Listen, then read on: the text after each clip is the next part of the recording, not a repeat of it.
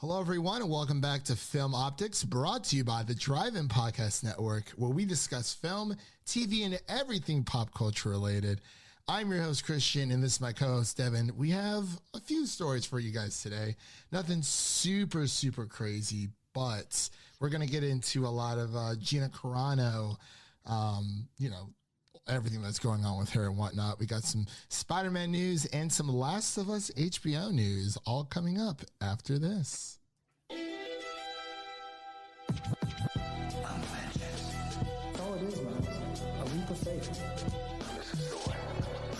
Truth is, I am Iron Man. Tells me the most relentless.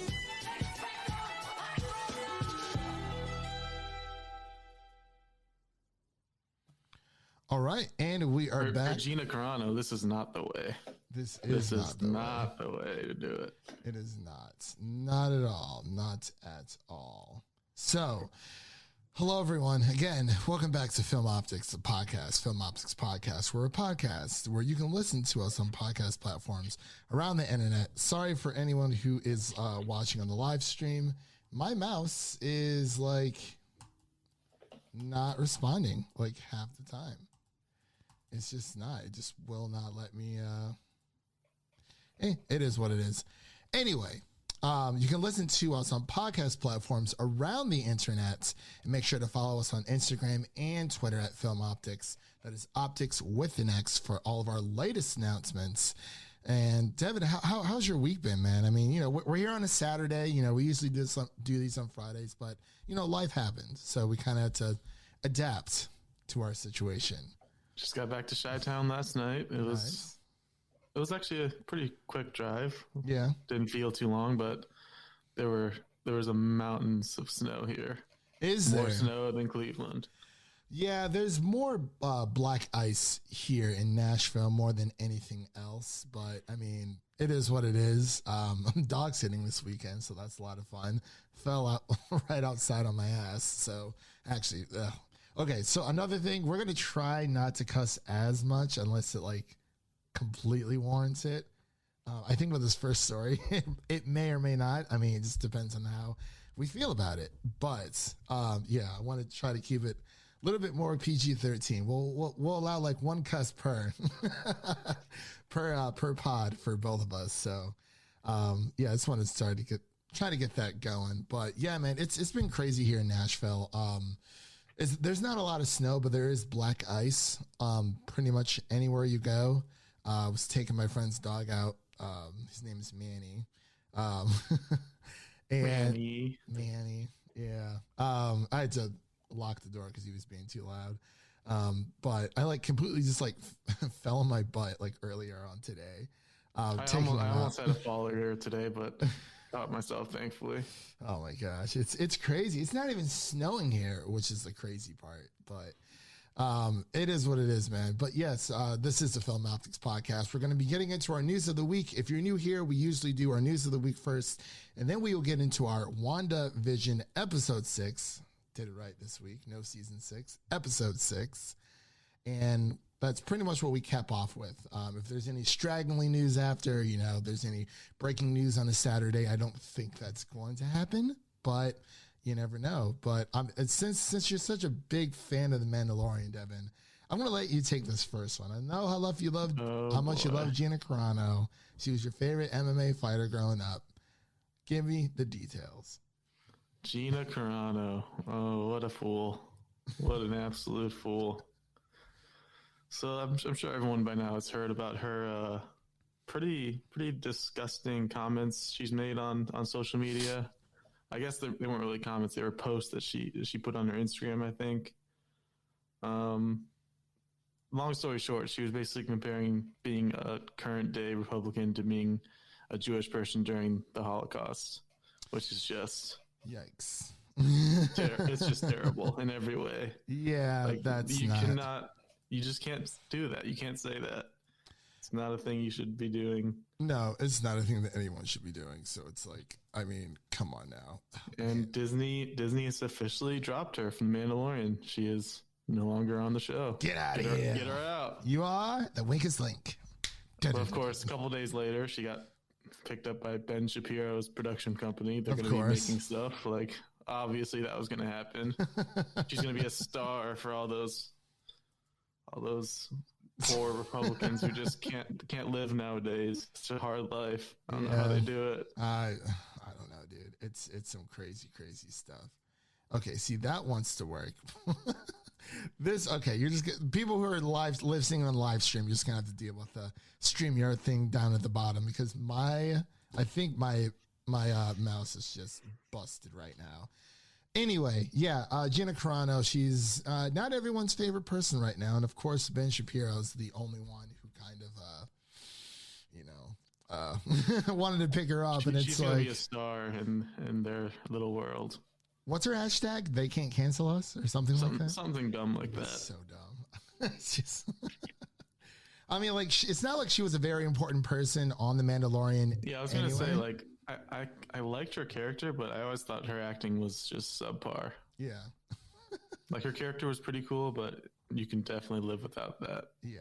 Oh, absolutely. Like, it is. And they kind of, like, wrote her off in the second season. Like, she wasn't much that important. in there. Yeah, she kind of just got left off on an note. Yeah, I think she got. I don't know if it was Lucasfilm or like the actual agency that she works through. They were like looking for a reason to like let her go. I mean, I guess this is not the first incident. This is just the worst, probably the worst one that really broke the camel's back. But there were other ones where she's just not doing good things. No, not at all. I'm just. And then there's all these people on social media that are comparing this to when Pedro Pascal compared Trump to Hitler. It's just I think that's a pretty thing. accurate representation or pretty fair comparison. It's just so different. Just without the genocide, but of course, that is totally different. Yeah, your political views should have nothing to do with, I wouldn't compare that to like an entire race. You're not getting murdered for your political views. Yeah, not at all. But anyway, we'll move on from Gina here. Like I said, she was in 3-4 episodes tops between 2 seasons. She wasn't really that. Do you think they'll replace her though, or just write off the character entirely? Do you think Cara Dune will get a new actress? What if they pull like a Rise of Skywalker? Somehow Gina Carano has died, just like out of nowhere. I want her to have like an off-screen like Jar Jar Binks death or something. Just the most embarrassing way to die. I mean, like if they did, I mean, I'd be fine if they replaced her, but like it would have to be someone. Her character is just like not that important. Yeah, like I mean, if she serves like no real purpose besides like rescue missions or something like that, I really don't think that that's going to like kill her, or like I don't think it's gonna hurt Disney at all, because literally like everyone was saying, hey, fire Gina Carano, and like that was trending on Twitter, and then like hours later they're like, yeah, she's been let go. So it's like, oh wow. I mean, if they do, that's cool. If not, I can kind of just live without the character. I mean, yeah, like she'll always be like a part of the show, but I mean, it's not like she did that much anyway. Like she was kind of just there. So I don't know. It is what it is. But let's move on to our next topic here, Devin. We have some fantastic news. Fantastic news. I'm very, very excited for this. We have Bella Ramsey, a.k.a. Lady Mormont, a.k.a. Lyanna Mormont from Game of Thrones. She has been cast as Ellie in HBO's Last of Us series. And we have Mr. Pedro Pascal will be starring as Joel in the Last of Us, the HBO Last of Us series. Huge news, at least for me. I know I'm not like, at first I was like, I don't know if I'm like super crazy about this. Like I am interested. Let's get that point out in the open. I am interested in this, but I'm interested to see how they expand the world, because if it's just going to be beat for beat, same as the game, I honestly want nothing to do with it. But I think they are going to expand on some parts, make the world a little bit larger. No, I don't think this will be like a Marvel cinematic universe or like a DC, like a MonsterVerse extended. Just its own little universe. There's 2 games so far. Maybe we'll get a third. We don't know. But I do believe if you really want the full effect of this story, to play The Last of Us and The Last of Us Part 2. That is, I will eventually. and that was not a slide at you, Devin. That was for all of our listeners out there. But and I understand not everyone has a PlayStation, and it's like money talks, and everyone has always been talking about for since the first game came out in 2013. They're like, man, this would make a really good movie or a really good TV show. And I was like, yeah, it would, but I don't think it will compare to the original because it was just phenomenal performances we had Troy Baker and Ashley Johnson playing as Joel and Ellie respectively, and everyone else who pitched in as well. It's just the best way to experience that story is to actually play the game. But I'm very interested to see how the HBO series is going to last. I don't think it's going to spin on something huge. I think it's going to be something kind of like Chernobyl, because Chernobyl was really, really good.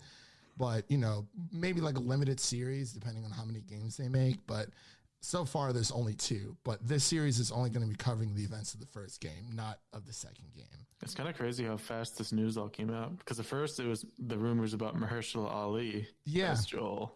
I was down for that. I was like, absolutely, let's go. And you see all these people on Twitter, oh, Joe's from the South. He's a white guy. I'm like, well, the best thing about The Last of Us, every character, pretty much any character that you meet in this story, their race has nothing to do with their background. It's just so happens that Ellie and Joel are white in the game. But it's like people act like, I don't know, Black people don't live in Texas because that's where Joel is from. And it's like, I would have been just as open to it. I was like, oh my God. Because apparently he was offered the job and he passed it up. Yeah, I don't know too much about the character of Joel, but Pedro Pascal seems like the perfect fit because of what he's doing with Mandalorian. He's just that perfect father figure who's kind of he doesn't care at first, but then he just can't help but. Yeah. I love the little one. I saw, I think Blessing from Kind of Funny Games. He had tweeted, he was like, Pedro Pascal is he's doing another co-op side mission, a type of, oh my gosh, I'm blanking on it right now. A carrier mission type thing. And I think it's kind of cool. I saw a lot of posters. Everyone's like, oh, wherever she goes, I go. I'm like, well, he's escorting her somewhere. So it's it's a little different, but I get the gist for sure. I'm very excited for this. Bella Ramsey, she's also done a fantastic job in His Dark Materials season 2. If anyone hasn't watched that show, it is fantastic. Based off a book series. I wouldn't say it's as big as Game of Thrones or anything, but I really enjoy it. And also we have Daphne Keane in there. She was in Logan, and we also have James McAvoy as wow, cannot talk today, within His Dark Materials season 1 and 2. So he's in there with a few others, Lin-Manuel Miranda and a few others. But yeah, Bella Ramsey, I think. And I was trying to figure out who was going to play Ellie. And I was like, well, it could be Caitlin Dever because that's been a very popular choice. And then they're like, Bella Ramsey. I'm like, okay, that works just as well. I'm very excited. I kind of thought that Nikolai Coster-Waldau, who played Jaime Lannister, was going to play Joel because he does look like the it. Picture next to each other is pretty spot on. It is very spot on. But I did not even expect Pedro Pascal to do this. And I guess his role as Joel is going to take precedent over in Mandalorian season 3 because that doesn't come out till next year. We get the Book of Boba this year. So I'm going to stop gushing about this right now. Let's get into our third news story. You want to take this one, Devin? We got some news about a potential Into the Spider-Verse 2 villain. Ooh, what's his name? Is it Kraven the Hunter? The Spot. Interesting. Well, that's The Spot. That's one issue with Miles Morales. His character, his rogues gallery is obviously a lot less than Peter Parker's. There's a lot less to work with. But, that is true. But I guess it seems like it could be a good fit based on what what they're going for. Yeah, this comes from Murphy's Multiverse.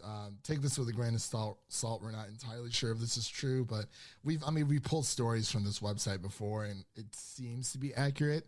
But I guess one good thing about it, the spot, is that they are bringing even like lesser villains into. Yeah, it is nice to get like not the same 5 that we've seen in every Spider-Man property so far. Right. Yeah. It's like, oh, like you buy a PlayStation. Oh, what game should I play?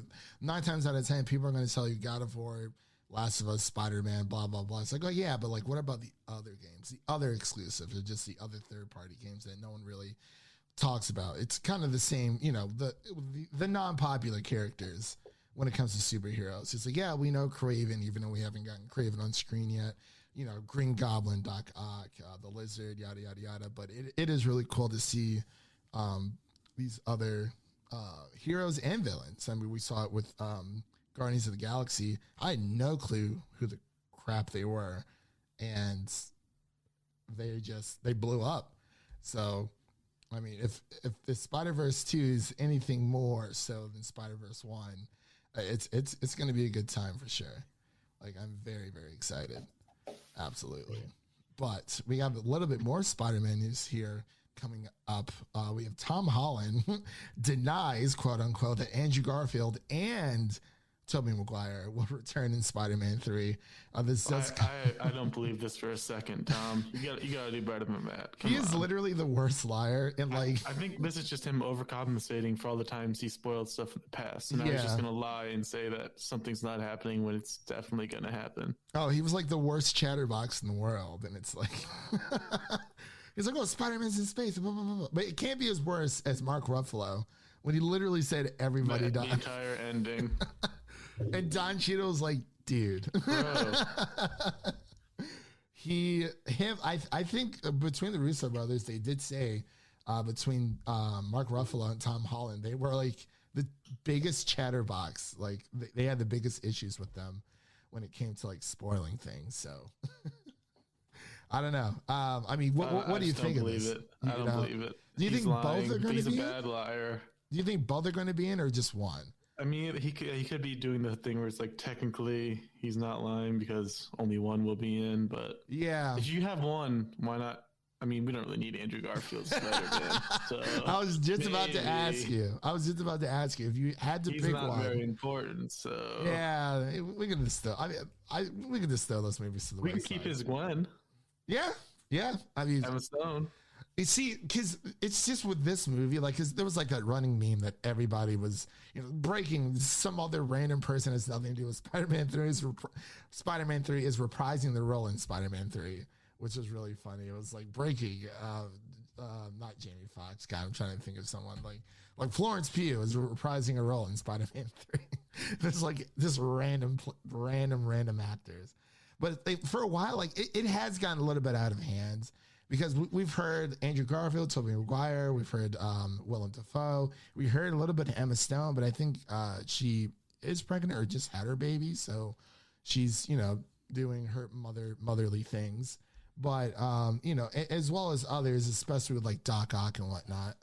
So it's like, oh man, yeah.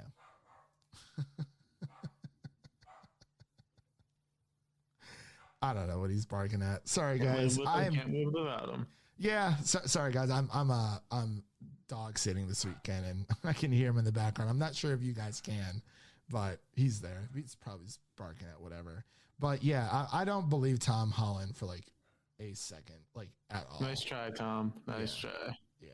He's like, well, was he technically lying? Like you said, like either one's going to be mentioned, or the other one's going to show up, or whatever. I don't know. I'm just really excited to see what it's going to be. I swear I will lose my shiz if I see Charlie Cox on that screen. It's going to happen. I am so far into Daredevil, dude. I love the show so much, and I'm literally kicking myself for not starting it sooner because I don't know why I didn't. It was like the Marvel TV verse. It was like, I was like, well, like I kept hearing, I'm like, I heard Daredevil's like really, really good because he is one of my favorite superheroes. Like I actually like the Ben Affleck version, even though like that movie is like crap. But like I used to watch that all the time when I was a kid. I don't know why. Like I just liked Daredevil, but yeah, I just between Jessica Jones and the Iron Fist and Luke Cage, everything else, it was like I think I was watching other things at the time, and I mean I have a tendency to do that. It's like I'll put things in my backlog, like on my watch list on Letterboxd, and just totally forget they're there. It's like, oh yeah, I did say I was gonna watch that. I still haven't watched Shawshank Redemption. I've been meaning to watch that for like freaking ages. Yeah. Like I've seen bits and pieces. Like I know the gist of the story, but I actually haven't sat down and watched it. So there's a first. But I'll take this next one here, and then it looks like we have Steve Toussaint, Eve Bess, Reese Ifans, and Sonia Mizuno have been cast in HBO's Game of Thrones spinoff, House of the Dragons. And I believe we have the original, the guy who did the original scores for Game of Thrones is coming back for House of Dragons as well. I forgot his name. I'm blanking on it, but I believe it was Martin. Nope. I can't remember. Anyway, I'm very excited about this. I know a few of these people. I definitely need to look up their filmography for other projects that they've been in. But I'm just really glad that this is, I think they're going to be starting here pretty soon. Like we have Patty Considine will play as King Viserys Targaryen. We have Olivia Cook as Alicent Hightower, Emma Darcy as Princess Rhaena Targaryen, so on and so forth. And Matt Smith as Prince Daemon Targaryen, and a few others, like I said, so on and so forth. But I'm just really excited for this. It's showing that everything's in full swing. They got the cast. I think they're going to start producing it here soon. So I'm just excited. It's going to be based off of George R. R. Martin's book, Fire and Blood. I'm about maybe halfway through. And, it's all about the House Targaryens. Daenerys' family. It takes place about 300 years before the events of Game of Thrones. So that'll be a lot of fun. I hate this dog. It keeps barking so much. Not really, though. It's just like little yips, but it's fine. Anyway, let's move on to our next story here. You want to take this next one? We got some more Borderlands casting news. The movie that keeps on giving us all this news.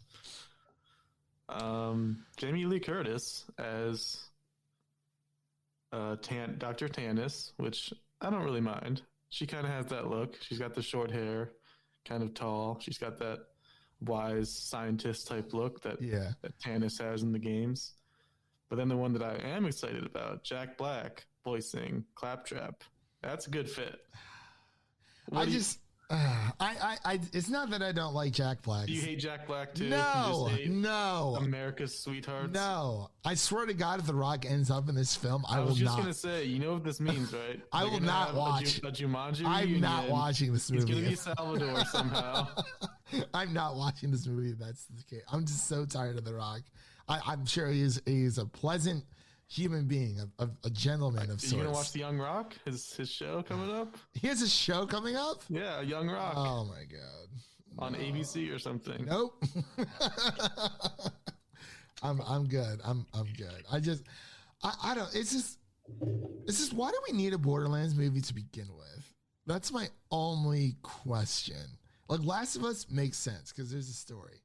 But like Borderlands, like, yeah, there is a story, but like even, and we've played literally every single Borderlands game. Like, yeah, there's a story there, but it's like, do we really play for the story? Do we actually just play for the gameplay? So it's like, I mean, Borderlands 3 story was like, okay. I think Borderlands 2 was really good, and Borderlands the pre-sequel as well. But I don't know. It's just like, I hate to be like a Debbie Downer about this. I just don't feel like it's necessary, like at all. It's definitely pretty cursed. It's just like, I mean, it's kind of like, oh, Hollywood's ran out of ideas. We've gone through a lot of reboots. We've gone through like pretty much every single popular book adaptation. What's left? Oh, let's dig our talents into video games. Like, yeah, like that. I feel like in theory, I think it's a good idea, but it's like, I mean, to me personally, video games are like the ultimate way, like the best way to tell, to experience any type of story that's out there, because you have that connection of, you have empathy through control.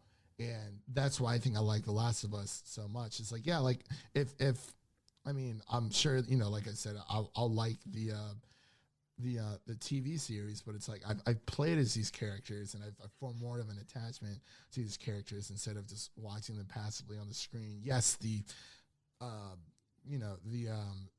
screenshot or the oh my god, the screen cuts are very, you know, cinematic and whatnot, but I don't know. It's just for the Borderlands movie, like I can see it being very silly because it seems like they're going balls to the wall.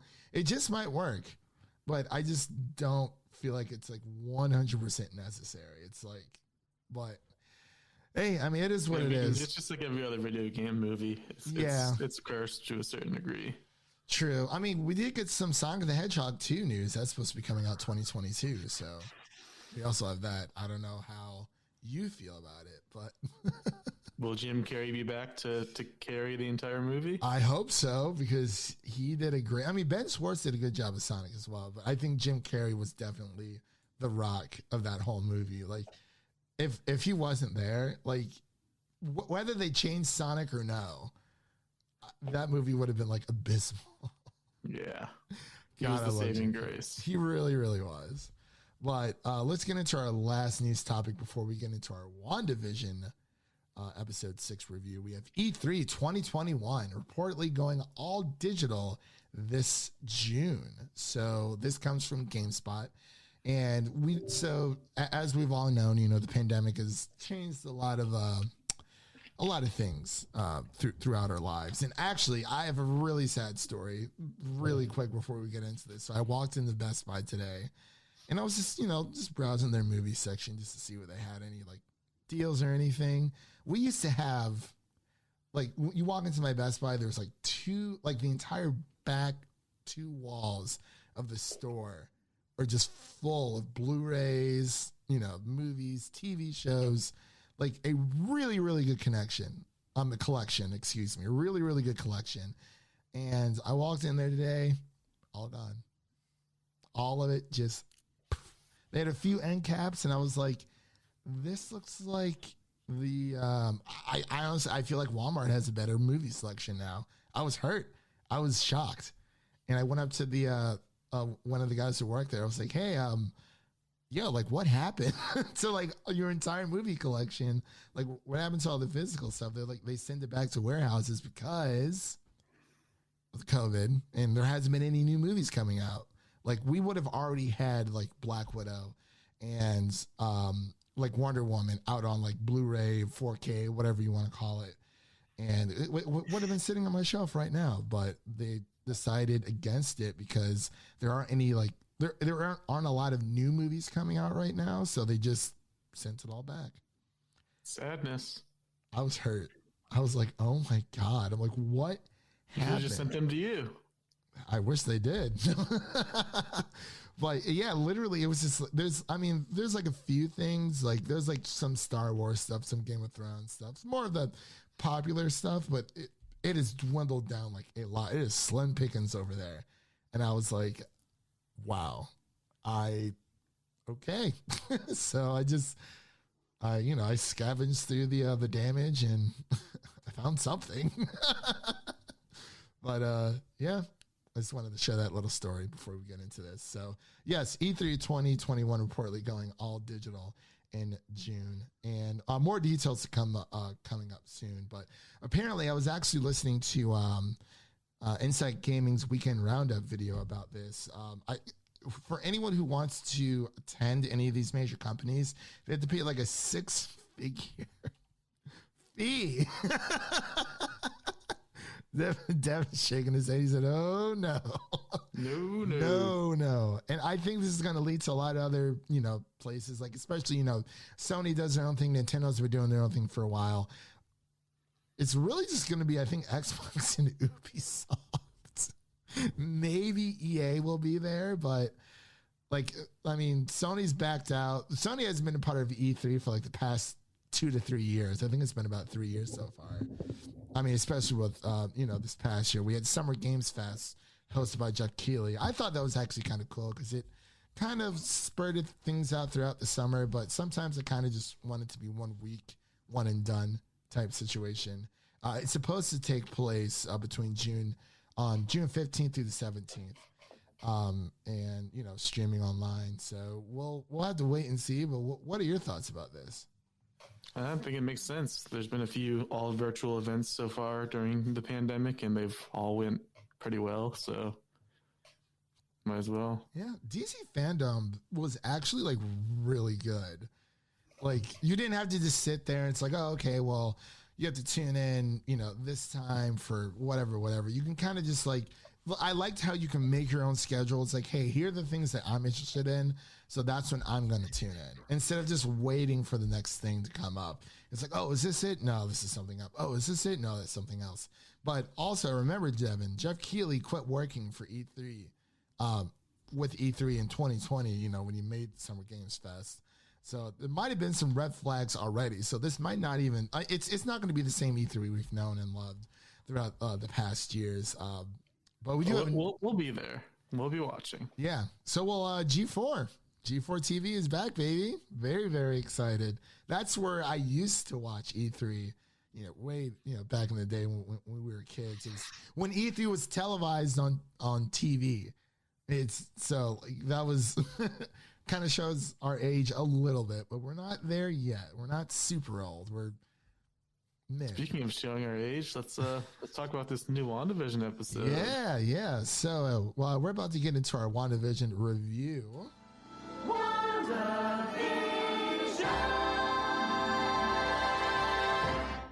That was a nice segue, Devin. I like that. It makes a lot of sense for this week. Yeah, it does. So we are in our WandaVision Season 1, Episode 6 review titled All New Halloween Spooktacular. So, man, this just right off the bat, I love and this is going to be spoilers, of course. If you haven't watched it, stop listening, go watch it, and come back to this because it's about to get real. Anyway, I'm loving the 90s, early 2000s Malcolm in the Middle, baby. Yes, that was amazing. Just had to come out and say it. I was in love as soon as the opening credits started. Like you just immediately had that throwback to watching good old Frankie Muniz and Bryan Cranston on the screen. Man, oh man, yeah, it was honestly something to behold. And I'm not gonna lie, every single intro so far has not missed. Every single poster that has come out has not missed. And we actually got a little bit of news earlier today. WandaVision is the most watched, the most watched TV show today. So it's pretty exciting. I know Teddy from NerdSoup put out a little survey for people saying, what show do they prefer, The Mandalorian or WandaVision? And as much as I love The Mandalorian, I love Pedro Pascal, but I've enjoyed every single episode. I feel like not every single one is missed. I know a lot of people don't like the first two. I'm a really big sitcom kind of guy, so it was just right up my alley. And I've not been bored this entire. We're 6 episodes in. I've not been bored at all. So were you ever bored during The Mandalorian though? Not bored. No, I was never bored, but for some reason there was more excitement for WandaVision over Mandalorian. I think that's more so indictment on the Star Wars universe versus the Marvel universe. Yeah. Because there's more exciting things in the MCU than there is in the Star Wars universe. That is true. Yeah, I love the Mandalorian. I mean, if season 1 and season 2 dropped on 4K, but your boy's buying it 100%, 100%. But I don't know. It's just because a lot of people kind of we're talking about how the Mandalorian felt more like a video game thing. I'm like, I mean, I guess especially with the first episode, it was a lot of jumping from planet to planet, gaining something new, and a lot of things really didn't start happening until towards the end, but that usually happens with a lot of TV shows. But yeah, I don't know what it is. I don't hate The Mandalorian at all. I just, for whatever reason, I just love Wanda. I think it is more of a Marvel Cinematic Universe thing. Because there's more that hasn't been like untapped potential in the MCU. Like there's more that we're leading to. Yeah, than what Star Wars has. Yeah, because Star Wars has been around for a while. Oh, the films have, and yeah, I don't know what it is, but for some reason, I mean, I liked season 2 of The Mandalorian way more than season 1, but I think there was only one like kind of weak episode, and I think it was like the second one, but like the rest of them were like really, really good. But I don't know, for some reason, I think I just love the mystery of Wandavision, and that's what we're here to talk about today with this. It keeps getting more mysterious with every episode. It is just we get some answers. We get some more questions. A lot more questions. Yeah, and I love it how they are pacing this week to week.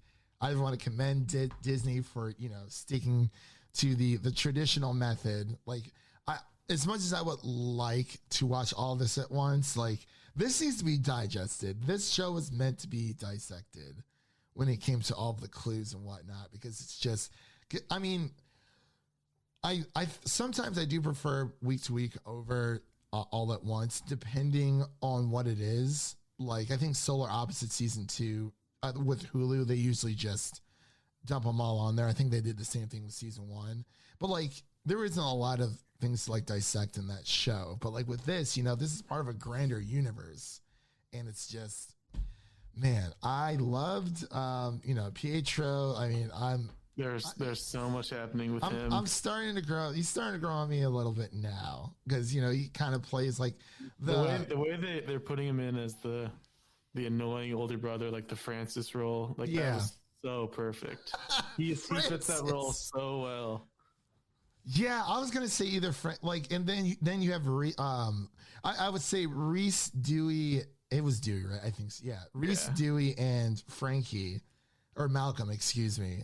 They're kind of combined in with Speed and Wiccan, which for those of you who don't know, those are they have their powers now. Yeah, that's exciting. The power set. And it's Halloween, which there's been a lot of theories out there. Everyone thinks that Evan Peters is Mephisto because he makes that one little joke with like, oh, he's not gonna die twice. Yeah, that, and he says something about like spawn hail Satan, not hail Satan, but something like release the demons or something like that. I'm blanking on. I meant to rewatch it before this, but I didn't have time. I still think film theory is right that they're not going to use a devil character because of China and the issues that they would. Yeah, that's right. Because Disney is very adaptable. When they will try. I mean, that's their biggest market. They will do anything to appease to the Chinese market. Unless they like rearrange the entire Mephisto character to where he's not just basically Satan. Or they have two different. I mean, I know it's a lot. Or they have two different versions of, because I think I forgot what Disney film it was where they had extras. They swapped out certain scenes to appease China. I'm blanking on it right now, but I think I watched it from like a YouTube video. But I mean that could be it. Or I mean I don't really think it's Mephisto anyway, but I don't know. It was so weird this episode with Pietro.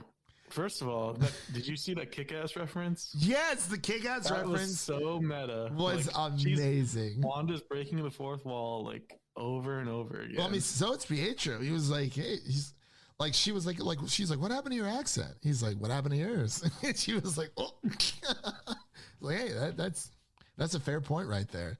But I'm just, oh my God, I was head over heels. Like the way that this entire episode was shot, well, especially, when they're showing within Wanda's, the hexagon, it was shot exactly like it was Malcolm in the Middle. Like it was fantastic. It was just such a jolt of energy because everyone was so hyped up. Everyone's talking in the camera.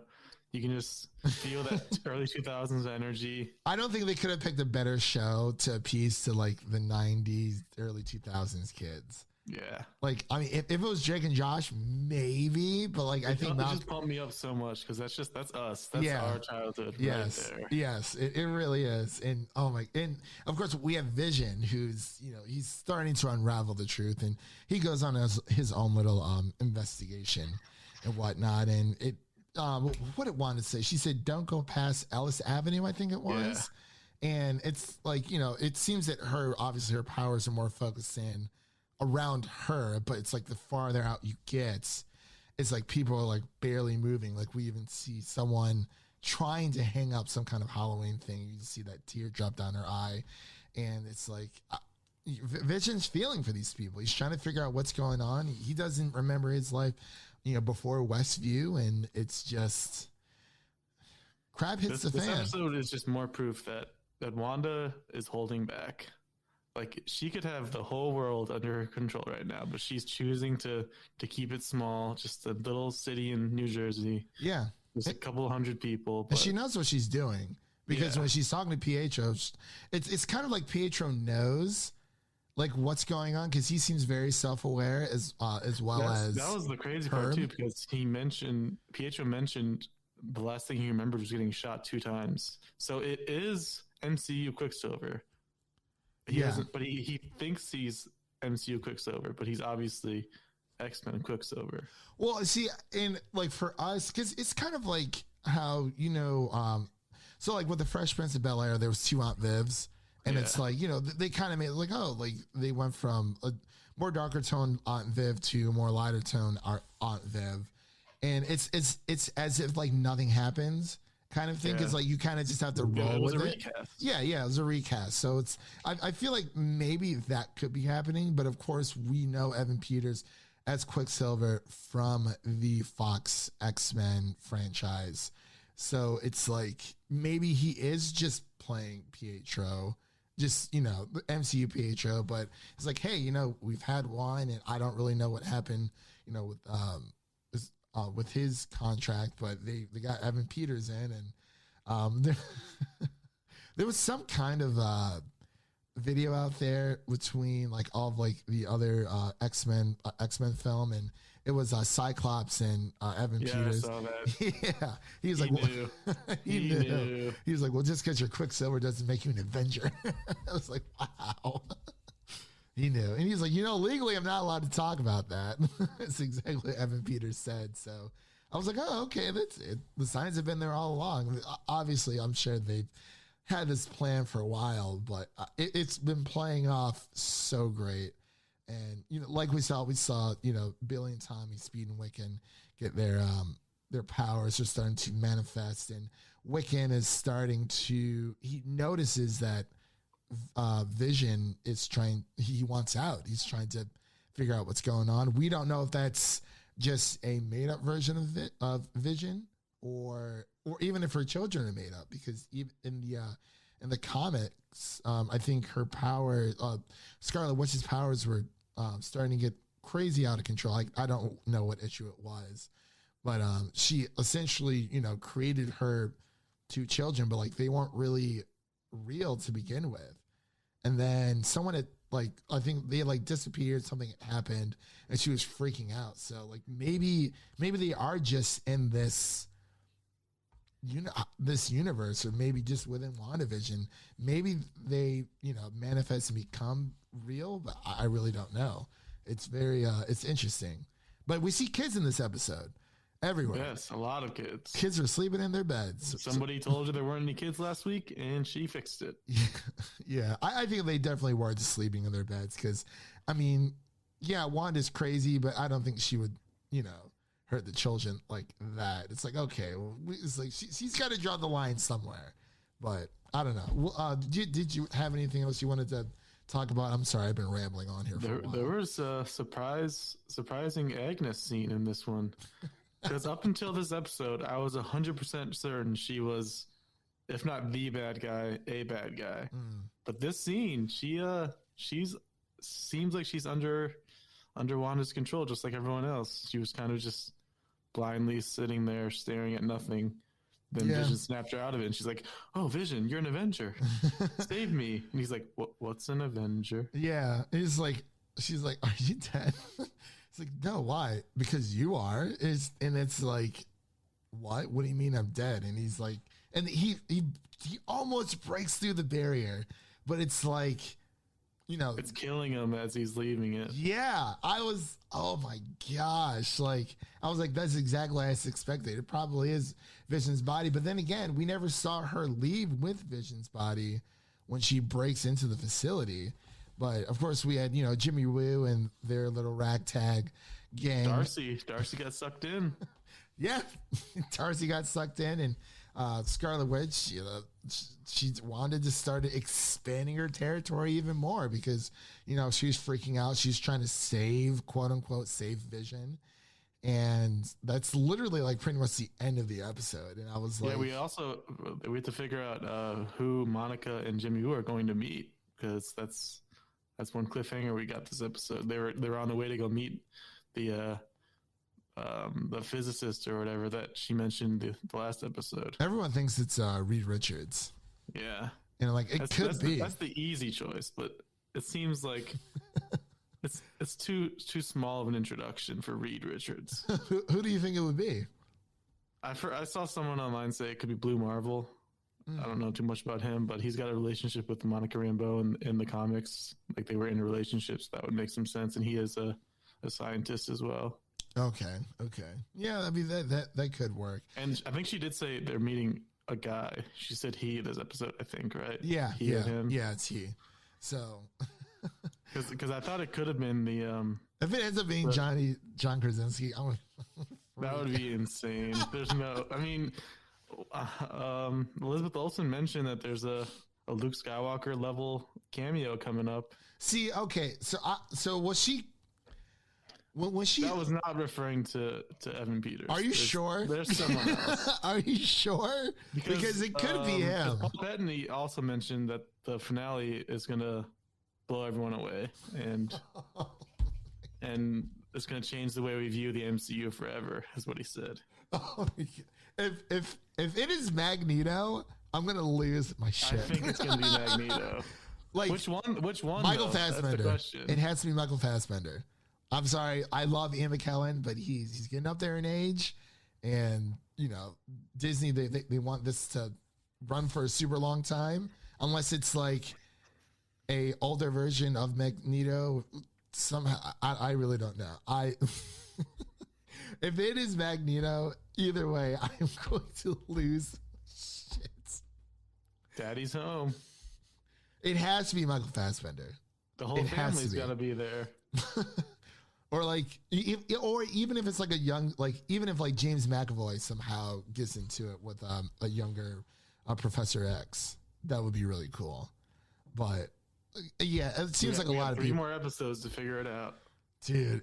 I'm so happy for this week to week stuff. Like I it sucks at the same time, but like this is what I love about it, because we get to keep this conversation going, and like, yeah, it's only Saturday. This is only the day after that we've been that it's been out, but like I want to go back. Like, I actually do want to go back and rewatch this episode. I just enjoyed it so much. Like, the shots, especially with Pietro like on the couch, it kind of like zoomed in on him, and like there was Speed and Wiccan having their little conversation like in the foreground. It's like that is like classic Malcolm in the Middle shot right there, and it's just it might just be because of nostalgia, but during Halloween, they always say that that's when the spirit world and the land of the living, the connection it's like thinner or whatever. I can't really remember. It's people do really weird stuff on Halloween. Is what I'm pretty much trying to say. But man, it was just another great episode. Like, we mentioned it from the very beginning. Every episode is getting better than the last. It's just, oh man, like I really hope Disney pumps these out on Blu-ray at some point. Like, I understand you want people to stay subscribed, and that's totally fine. Like, I mean, I've been looking for like Daredevil season 1 through 3 like on Blu-ray. I know they're out there, but that doesn't mean I'm gonna, cancel Netflix. I just want that specific show. Same thing with like Stranger Things. Like I would love. I've been waiting for season 3 of Stranger Things to come out on physical. I don't know if it's out yet or not, but like it's just specific shows that I would love to have the physical versions of, because I may or may not always have Netflix, and Netflix may or may not always be around. So hopefully they can sympathize with us physical collectors. But you want to get into scores? You good? Yeah, let's do it. Another great episode of WandaVision, episode 6, titled All New Halloween Spooktacular. 90s kids, early 2000s kids, we're with you. We're one of you. And I just can't wait for next week. It's going to be amazing. At least it gives us something to look forward to every single week. I could not imagine just binging this and it's like, all right, well, now what do I watch? Like, especially it being this good. And like, if this definitely warrants a rewatch, like all the way through, just seeing how everything unfolds. But Devin, what would you give season 1, episode 6 of a WandaVision out of 100? I think I gave last week a 95, so I'm gonna go 96, and I'm guessing next week will be 97, and then the week after will be 98, and then the finale will be a 99 or 100. Yeah. That's just how this show goes. Yeah, I think last week I actually gave it 100 because I loved it so much. But that it seems a little bit premature now. But I'm gonna keep the streak going. I'm gonna give this a 99 out of 100. Just a little bit of wiggle room. It's not that much, but I just really love this episode. It was just wow. It was made for us. It was this entire show. It's like oh my God. This is what I love about the MCU. I want them to like explore and like experiment with things. Like I'm excited for Falcon and Winter Soldier as much as the next person, but it does give me the, continuation of just the Winter Soldier vibes. It seems kind of by the numbers, but again, we haven't seen a single episode yet, just based off the trailer that we saw. But I think I'm a little bit more excited for Loki, just because there's just so many crazy things you can do, so many things you can experiment with. But I'm loving the experimentation that's going over Marvel Studios. So Kevin Feige, just keep doing what you're doing and make sure to release Black Widow on Disney Plus. Thank you. If that's deemed the best decision, no need to rush it like Warner Brothers did. Anyway, let's close this out here. Actually, before we do, I believe we're going to be reviewing Invincible, the first 3 episodes, sometime within the near future. Of course, we have Godzilla vs. Kong coming up. We could do Billie Holiday, United States versus Billie Holiday. I'm not entirely sure what that's all about. And there's also Cherry, which I still have to watch. I think I'm going to watch that today. Get it out of the way. It's midday. It's about 2 hours and 20 minutes. So be ready, Devin. I'll let you know. But I was like, listen, I can't be watching this super late at night. I just got to get it out over the way, get it over with during the day. I've heard mixed reviews about it, but nonetheless, I'm very excited. But let's close out here. And that's a wrap for today. Thank you all for listening, and make sure to check out the other shows over on MusicCityDriveIn.com and subscribe to our show so you never miss an episode. That was Devin. My name is Christian, and we'll see you guys in the next one. Peace. There you go.